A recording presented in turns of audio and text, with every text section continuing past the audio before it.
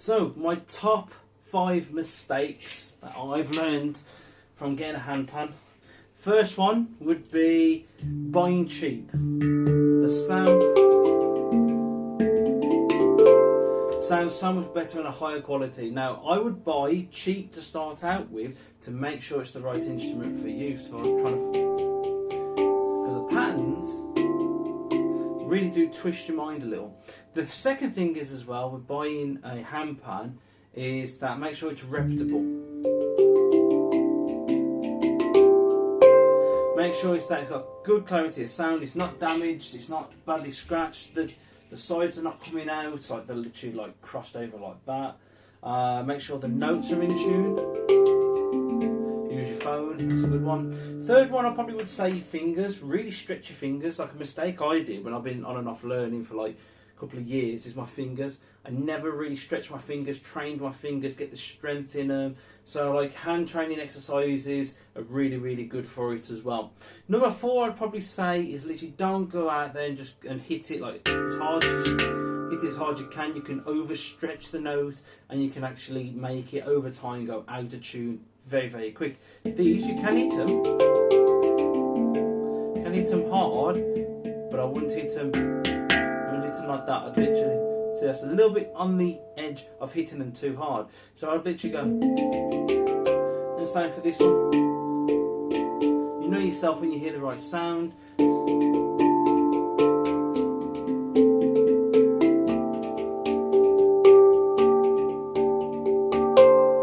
See, that sounds a little bit. It doesn't sound too hard, but I wouldn't advise keep hitting it so hard.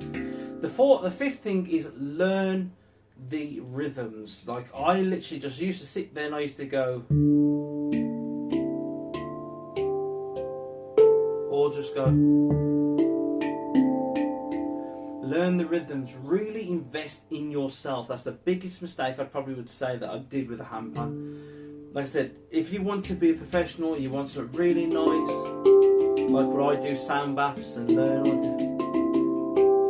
different techniques. Invest in yourself is the biggest downfall that a lot of people don't do. I'm learning online. I'm literally using Master the Handpan. I'm using Aim and Nailer on YouTube. YouTube's a very wonderful tool as well for learning like different songs, like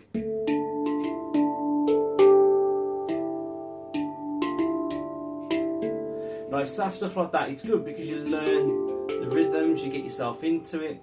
But then obviously the downfall of it is that you learn the song.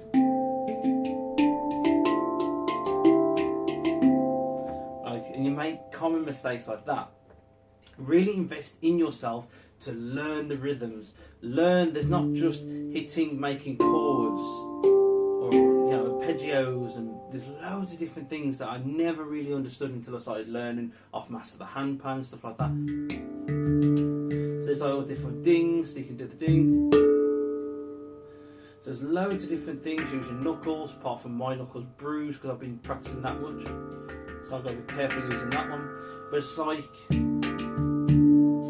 all different manner of things, and that's the biggest vital is investing in yourself and giving time. If you really want to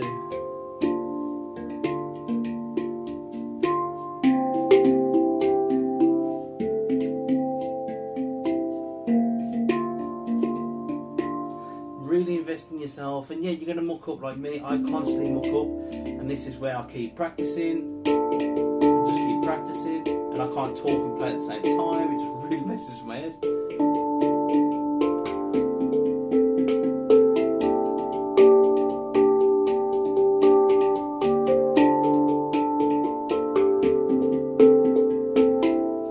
So just practice, and it's like any instrument.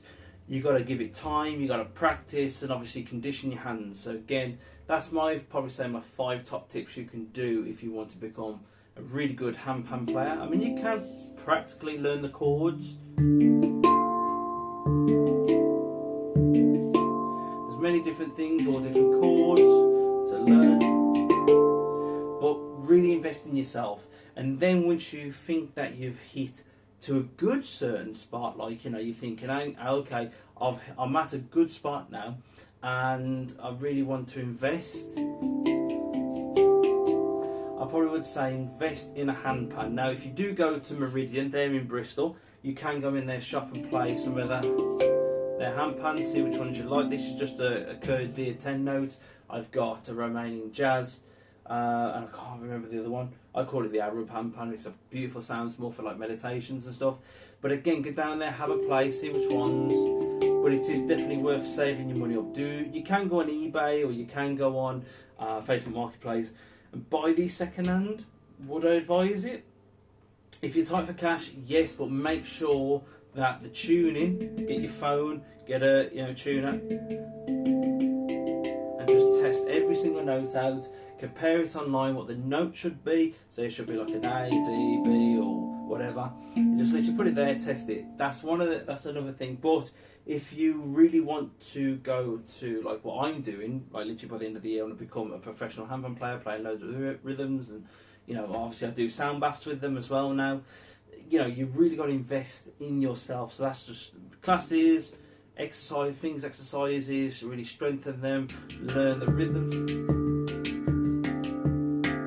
learning different rhythms. But like I said, then get yourself a really nice handpan. And if you do like this video, subscribe and like for more, please. If you want more information about the rhythms,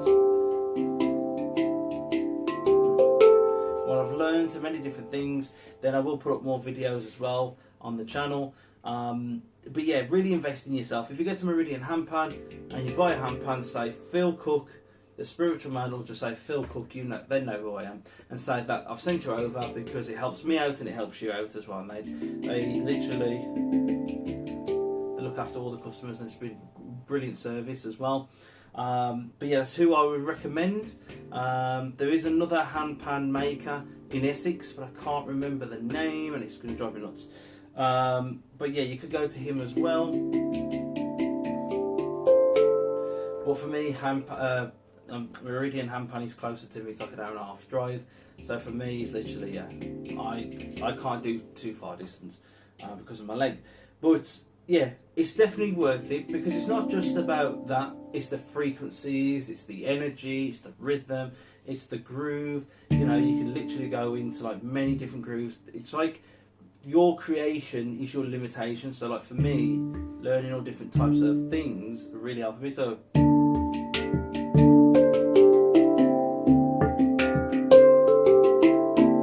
learning different things is worth it, trust me. So that's my 5